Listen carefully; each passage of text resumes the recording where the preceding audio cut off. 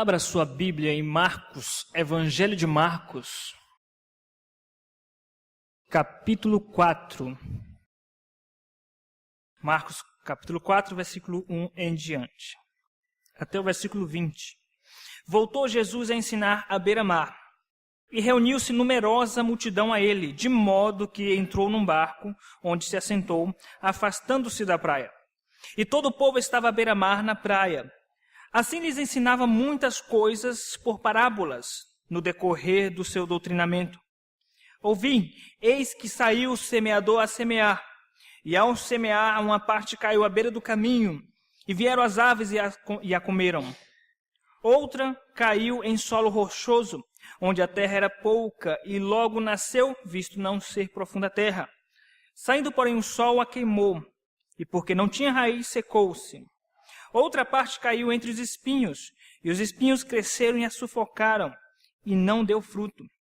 Outra, enfim, caiu em boa terra e deu fruto, que vingou e cresceu, produzindo a 30, a 60 e a 100 por um. E acrescentou: quem tem ouvidos para ouvir, ouça. Quando Jesus ficou só, os que estavam junto dele, com os 12, o interrogaram a respeito das parábolas.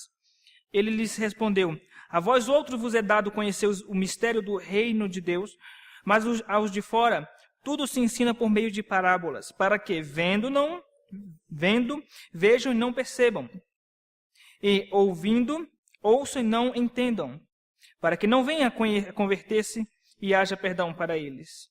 Então lhes perguntou: não entendeis esta parábola? E como compreendeis todas as parábolas?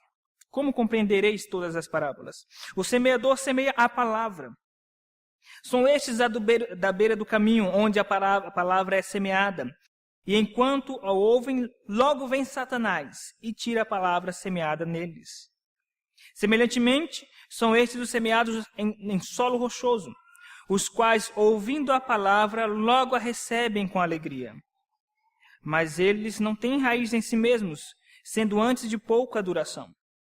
Em lhes chegando a angústia ou a perseguição por causa da palavra, logo se escandalizam. Os outros, os semeados entre os espinhos, são os que ouvem a palavra, mas os cuidados do mundo, a fascinação da riqueza e as demais ambições, concorrendo, sufocam a palavra, ficando ela infrutífera. Os que foram semeados em boa terra são aqueles que ouvem a palavra e a recebem, frutificando a 30, a 60 e a 100 por um. Vamos orar, irmãos. Senhor nosso Deus, nós admitimos nossa total dependência do Senhor. Que o Senhor exerça misericórdia conosco, concedendo-nos a Tua graça, edificando nossas almas através da ação do Teu Espírito Santo, uma ação que seja transformadora em nosso caráter, para que possamos pôr em prática a Tua palavra, para que, ao final, tão somente o Teu nome seja glorificado. Fala aos nossos corações, em nome de Jesus. Amém. Meus queridos irmãos, é verdade que todos nós temos um dom dado por Deus, ou dons. E esses dons eles foram dados para exercitarmos na vida cristã, no dia a dia, na obra do Senhor. Todos nós temos um chamado específico, ou um dom específico. Mas existe um chamado que não é específico apenas para alguns, é o chamado da pregação do Evangelho. E nesse sentido, todos nós somos missionários. Todos nós temos um chamado missionário de pregar o Evangelho. E o seu campo de missão é onde Deus te colocou na vida social. No seu trabalho, na sua escola, na faculdade. Aonde Deus te colocou foi para que você seja luz. Assim brilhe a vossa luz diante dos homens e vejam as vossas boas obras e glorifique o vosso Pai Celestial. Está escrito em Mateus 5,16. Então, todos nós, os crentes, temos esse chamado da pregação do Evangelho. E se você realmente é um verdadeiro crente, você, no mínimo, tem ansiedade ou vontade de pregar o Evangelho. Ainda que você não o faça com constância, mas você tem vontade de fazer. O problema é que existem algumas dificuldades na vida de alguns crentes que impedem que esse crente ponha em prática a pregação do Evangelho. Nós devemos, antes de tudo, admitir essa real dificuldade para algumas pessoas.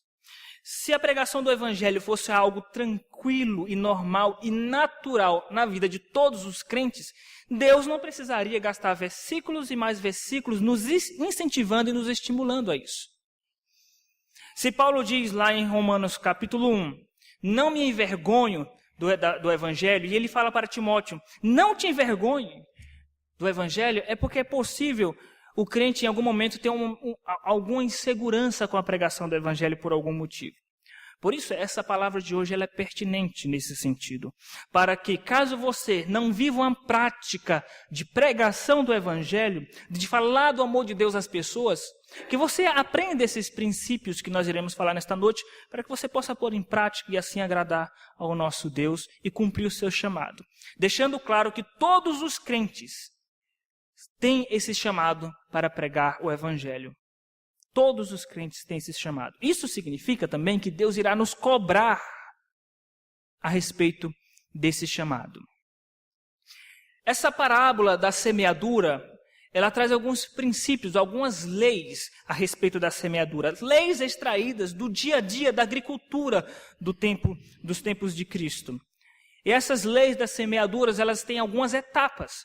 E quando Jesus ensinou por essas parábolas, foi para nos trazer princípios práticos que nós iremos entender nesta noite. Essa parábola onde Jesus explica, e ele já explicou, na própria leitura nós já entendemos, o que é a semente, que é a palavra de Deus que é semeada. A terra são os corações.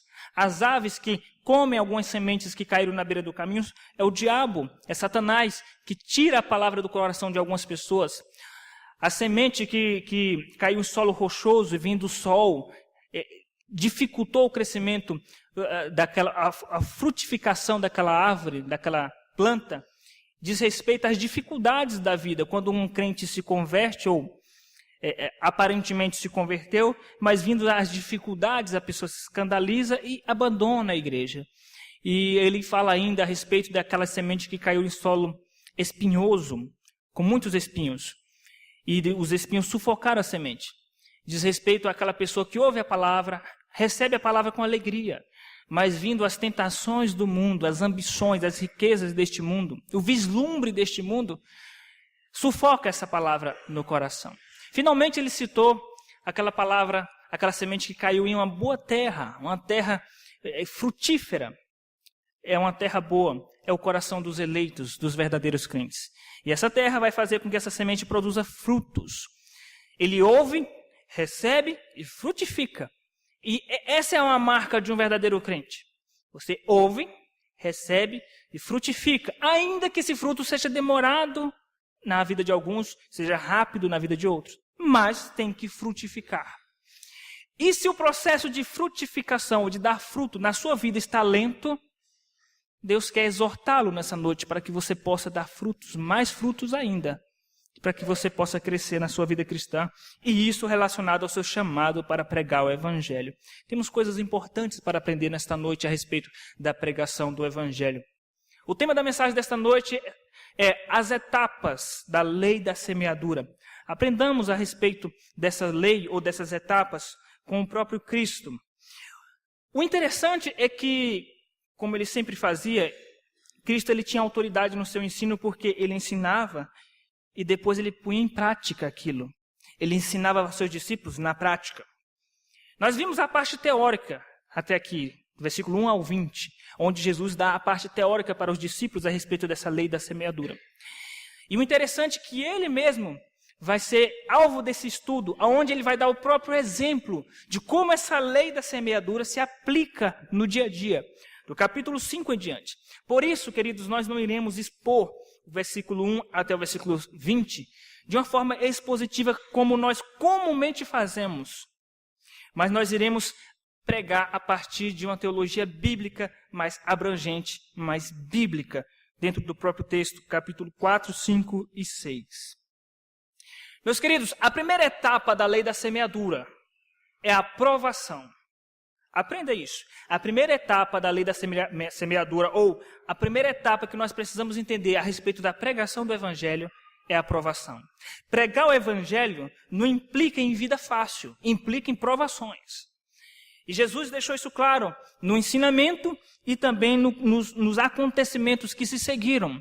Provações de nível natural ou provações naturais acontecem quando você tem um propósito de pregar o evangelho. Observe o capítulo 4, versículo 35. 4:35. Naquele dia, sendo já tarde, disse-lhe Jesus: passemos para outra margem. E eles, despedindo a multidão, o levaram assim como estava no barco. E os outros barcos o seguiram. Ora, levantou-se grande temporal de vento, e as ondas se arremessavam contra o barco, de modo que o mesmo já estava a encher-se de água. E Jesus estava na popa, dormindo sobre o travesseiro. Eles o despertaram e lhe disseram: Mestre, não te importa que pereçamos? E ele, despertando, repreendeu o vento e disse ao mar: Acalma-te, emudece-te. O vento se aquietou e fez-se grande bonança. Então lhes disse: Por que sois assim tímidos? Como é que não tendes fé? E eles, possuídos de grande temor, diziam uns aos outros: Quem é este que até o vento e o mar lhe obedecem? O que isso tem a ver com a lei da semeadura? O que isso tem a ver com a pregação do evangelho? Tudo. Tudo. É óbvio que nós podemos extrair muitas lições a respeito desse evento de Jesus na tempestade. Mas observe a ligação que o evangelista Marcos ele faz ao selecionar os eventos da narrativa, e ele faz a ligação com o capítulo 5, versículo 1 e 2. Entrementes chegaram à outra margem do mar, a terra dos Gerazenos, e ao desembarcar, logo veio dos sepulcros ao seu encontro um homem possesso de espírito imundo. Percebe a ligação? Com que intuito Jesus atravessou aquele mar tempestuoso? Ele tinha um propósito. Ele sabia o que ele estava fazendo ali. O intuito era alcançar aquele homem endemoniado, aquele homem de Gadara, de Genezaré. Esse era o objetivo. E ele sabia que quando ele fosse para lá, o mar já estaria tempestuoso. Obviamente, um outro propósito é mostrar sua divindade aos seus discípulos, mas trazendo como o contexto geral do livro e os encaixes que o evangelista Marcos faz, não está aqui à toa, não está aqui de forma aleatória. Queridos, isso mostra que Cristo, ele enfrentou toda aquela tempestade. Um dos propósitos foi para alcançar aquela vida. Interessante que ele alcançou aquela vida, transformou aquela vida e voltou. Só foi apenas uma conversão, não mais que uma. E ele fez todo aquele evento, ou passou por toda aquela dificuldade por isso.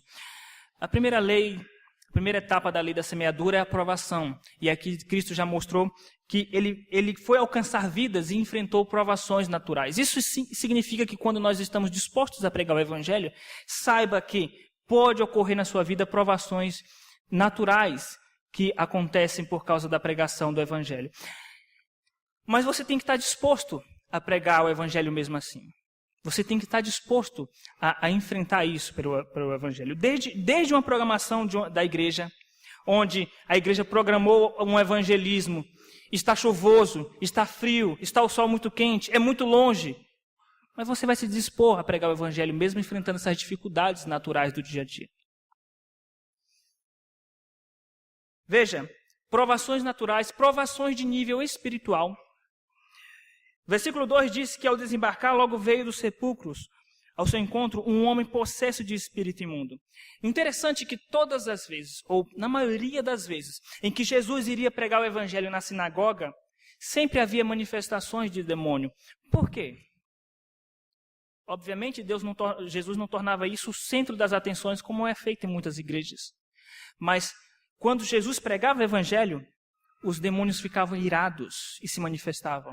Quando Paulo pregava o evangelho, isso está escrito em Atos, muitas pessoas ficavam endemoniadas. Por quê? Porque quando você prega o evangelho, você está mexendo com o ninho dele, Satanás. Porque você está ali para ganhar vidas para Cristo, para tirar vidas das mãos de Satanás. Lembre-se que na parábola da semeadura, Jesus falou daqueles que Satanás tira a palavra do seu coração. Isso de fato acontece. Porque um dos grandes inimigos da pregação do evangelho é o próprio Satanás. E se você quer ser um pregador do evangelho, se você quer cumprir a sua missão de pregar o evangelho, esteja ciente de que pode haver sim lutas de nível espiritual por causa da pregação do evangelho. Notemos que quando Paulo fala da batalha espiritual lá em Efésios 6, o enredo do capítulo trata de pregação do Evangelho. Porque no final do capítulo 6, quando ele termina de relatar acerca da armadura de Deus, ele diz: com toda oração e súplica, orando também por mim, para que no abrir da minha boca me seja dada a palavra para pregar o Evangelho. Isso significa que Paulo tinha consciência de que pregar o Evangelho implicaria em luta espiritual muitas vezes. Então, esteja ciente disso. Se você quer lançar a mão do seu chamado, cumprir o seu chamado e pregar a palavra, pregar o Evangelho para alcançar os perdidos, além de lutas naturais que você vai ter que transpor, pode também haver as lutas espirituais que você vai ter que enfrentar. Mas você tem que saber que Deus é contigo, mesmo nesses momentos.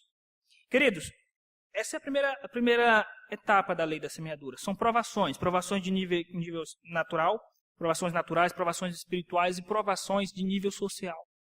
Observe o capítulo 5, versículo de número 14. Os porqueiros fugiram e o anunciaram na cidade pelos campos. Então saiu o povo para ver o que sucedera. Indo ter com Jesus, viram o endemoniado, o que tivera a legião, assentado, vestido em perfeito juízo, e temeram.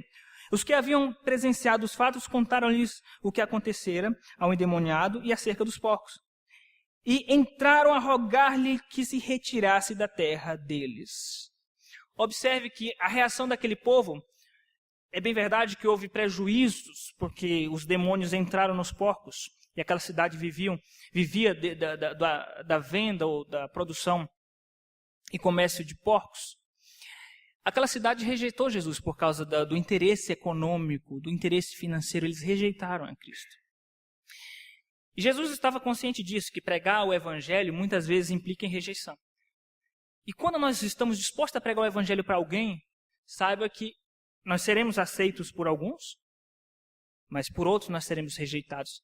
E esse é o maior temor da alma humana, é o medo da rejeição. Talvez por isso que boa parte dos crentes se acomodam e não pregam o Evangelho para os não crentes, por medo da rejeição. Porque, de fato, é muito triste você falar de algo tão maravilhoso como é o amor de Deus e você ouvir um não, às vezes até com desrespeito. Então, nós temos que admitir para Deus que dentro do nosso coração existe esse temor da rejeição social. Isso aconteceu com Cristo porque não aconteceria conosco. Isso aconteceu com o próprio Deus encarnado. Então pode e acontece. Mas esteja disposto a pregar o Evangelho mesmo assim. Por amor à glória de Deus e às almas perdidas. E Jesus, ele sabia disso e mesmo assim ele foi. Enfrentou o mar, enfrentou o diabo e enfrentou a rejeição. Para ganhar uma alma apenas. Para ganhar uma alma. Obviamente ele tinha um propósito maior que nós iremos ver daqui a pouco. Mas saiba disso. Pregar o Evangelho implica em você passar por provações nesse processo da pregação do Evangelho. Então não posso aqui prometer para você que se você estiver disposto a pregar o Evangelho vai ser tudo mil maravilhas. Porém você não tem saída. Você não tem a opção. Eu escolho então ficar numa zona de conforto e não vou pregar o Evangelho. Você não tem saída. Porque isso não é uma opção. É um chamado para todos os crentes. Esteja consciente disso. Que a primeira etapa da lei da semeadura são as provações. Provações naturais, espirituais e sociais, que é a rejeição. Esteja disposto a enfrentar isso. Eu sempre digo que eu defino coragem da seguinte forma. Coragem não é ausência de medo. Coragem é disposição para enfrentar o medo. Uma pessoa corajosa não significa que ela não sinta medo, mas ela é disposta. Ela se dispõe a enfrentar o medo. Quantas vezes no Antigo Testamento Deus fala para os homens de Deus, dispõe-te para atravessar o mar, dispõe-te para enfrentar os inimigos. Não temas, ele falou para Josué. Então quando nós pensamos, eu sei que eu tenho que pregar o Evangelho, mas eu tenho medo de não saber o que falar. Eu tenho medo de ser rejeitado, eu tenho medo de ser envergonhado. Não tem problema você admitir isso para Deus. Deus, eu tenho medo, mas eu vou assim mesmo. O que Deus não quer é que você diga que tem medo e se acomode. Jesus sabia das dificuldades e mesmo assim ele enfrentou. Por amor à glória de Deus e à pregação do Evangelho. Essa é a primeira etapa da lei da semeadura. São as provações. É uma lei, isso vai acontecer. Em níveis diferentes, mas vai acontecer. A segunda etapa da lei da semeadura, queridos, é a transformação. E aí onde está o nosso conforto? Que Deus transforma almas, transforma vidas com a pregação do Evangelho. Observe o versículo de número 18 e 20, a transformação de nível espiritual. Quando nós pregamos o Evangelho, muitas vezes acontece a transformação de nível espiritual. Versículo 18. Ao entrar Jesus no barco, Marcos 5,18. Ao entrar Jesus no barco, suplicava-lhe o que for endemoniado que o deixasse estar com ele. Jesus, porém, não lhe permitiu, mas ordenou-lhe: vai para a tua casa, para os teus, anuncia-lhes tudo o que o Senhor te fez e como teve compaixão de ti. Versículo 20. Então ele foi e começou a proclamar em Decápolis, ou nas 10 cidades, tudo o que Jesus fizera, e todos se admiravam. Olha a transformação que Deus fez na vida desse homem. Era um homem que nem mesmo correntes conseguia prender este homem naquela situação, enquanto ele estava endemoniado e sem Deus. E ninguém conseguia expulsar o demônio daquele homem. Era um demônio terrível, a vida daquele homem estava destruída. Provavelmente ele estava desassistido até da sua própria família. Estava sozinho, não tinha ninguém. E Jesus, quando o encontrou, transformou a vida dele. Quando nós pregamos o Evangelho, vidas são transformadas. Talvez você não presencie isso. Eu lembro bem que na EBF dessa semana, eu conseguia enxergar nos olhos de algumas crianças um brilho, uma alegria de ouvir a palavra de Deus. E talvez algumas dessas crianças possam, quando crescer, ir para o mundo. Mas a semente foi plantada. E um dia o Espírito Santo vai despertá-los com essa semente que foi plantada. Então, tenha certeza que nós não podemos nos envergonhar do Evangelho, porque ele é poder, ele é dínamos de Deus para transformar vidas. O fato de você não presenciar a transformação naquele momento não significa que Deus não vai fazer. Porque ele faz no seu tempo. Porque um planta, o outro rega, mas Deus, a seu tempo, dá o crescimento. E foi o que aconteceu com esse homem. Deus transformou a vida dele. Ele já era uma nova criatura. E nós sabemos que ele transformou a vida desse homem porque tinha 2 sinais claros de uma transformação ali.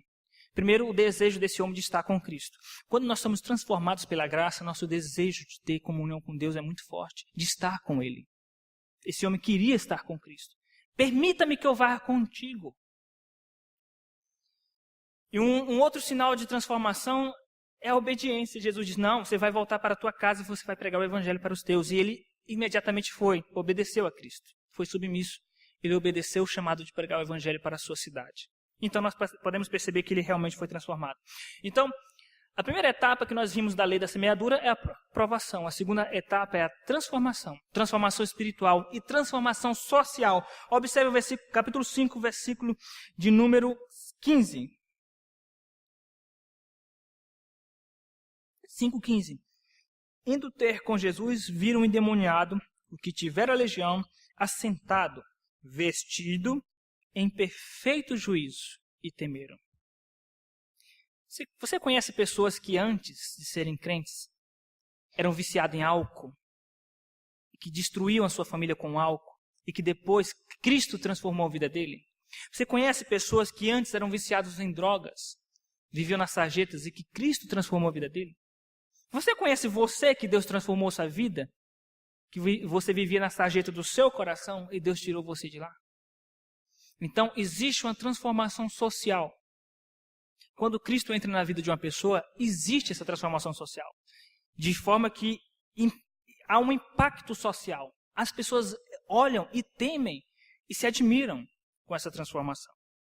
Meus queridos, nós vimos até aqui que as etapas da lei da semeadura são provação e transformação. A transformação, ela serve como motivador para nós enfrentarmos as provações. E por último, a última etapa desta lei é a multiplicação.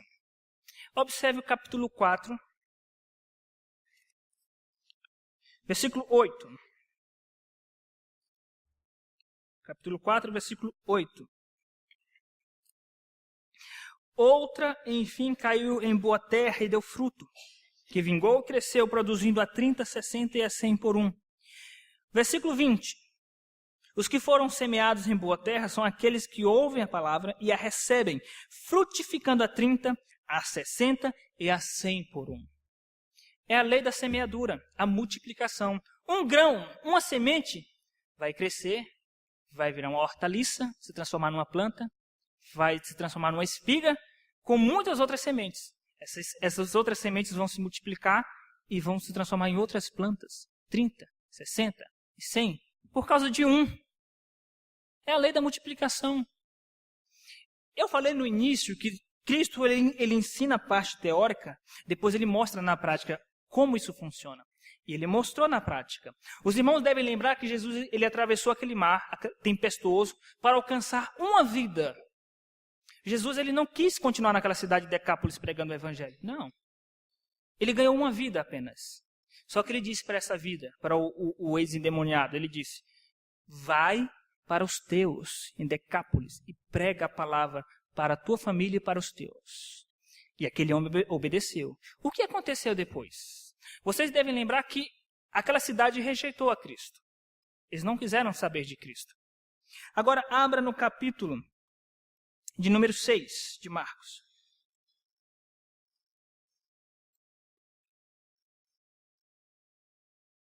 Capítulo 6. Versículo 45 está escrito em negrito, em cima do versículo 45, o título: Jesus anda por sobre o mar. Então, novamente ele vai andar sobre as águas. Novamente ele vai enfrentar o mar tempestuoso, desta vez andando sobre as águas. Agora, olha o versículo de número 53. Estando já do outro lado, chegaram à terra em Genezaré, onde aportaram.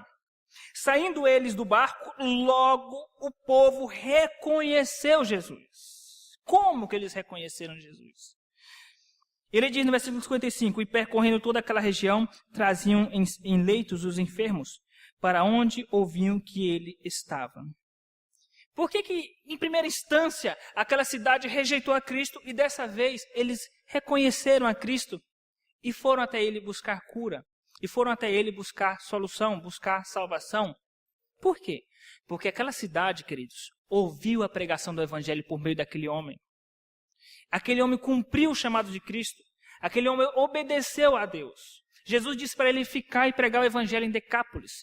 E ele pregou de tal maneira que quando Jesus chegou na cidade, as mesmas pessoas que o rejeitaram, o texto diz, reconheceram a Cristo e foram até ele. Então, por causa de uma vida, uma cidade inteira foi evangelizada. Isso é a lei da multiplicação. Essa é a etapa da multiplicação. E Jesus ele pôs na prática, ele explicou na prática como funciona essa lei. Primeiro ele explicou na teoria, através da parábola da semente. E agora ele explicou na prática. Uma vida transformada.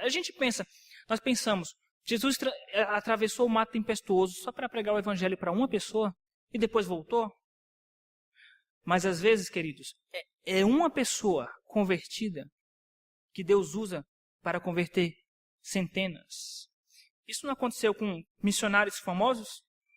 Quantos missionários que Deus converteu e foram para a Índia, foram para a África, e através daquela vida muitos milhares foram convertidos. Aliás, a Igreja Presbiteriana do Brasil é fruto de uma obra missionária de um homem chamado Ashbel Green Simonton. Isso é a lei da semeadura. Então não perca a esperança. Não perca a esperança. Pregue o evangelho. Se você pregar o evangelho por uma pessoa numa semana, num dia, não perca a esperança. Eu falei, me rejeitou, não sei o que vai acontecer. Pode ser que o Espírito Santo, no momento certo, faça aquela pessoa se converter.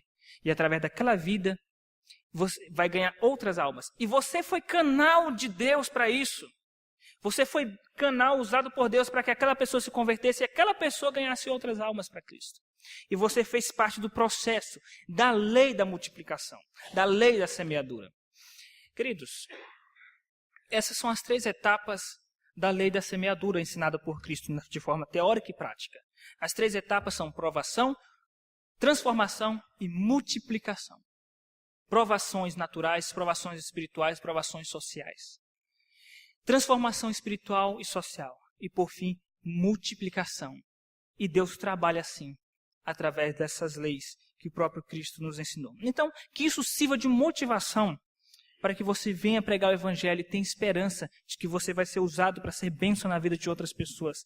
Afinal de contas, não é uma opção, é um dever que Deus vai cobrar de cada um de nós. Se você tem medo de pregar o evangelho, se você é tímido, Deus aceita isso. Deus só não aceita que você se acomode nisso, mas Ele quer que você pregue o evangelho mesmo assim. Vamos orar, queridos. Senhor nosso Deus, queremos te agradecer por tua misericórdia e graça, nos iluminar na ministração da tua palavra. Teu Espírito Santo nos faça lembrar destas verdades no dia a dia, Pai, para que possamos pregar a tua palavra com autoridade e ousadia. Em nome de Jesus, amém.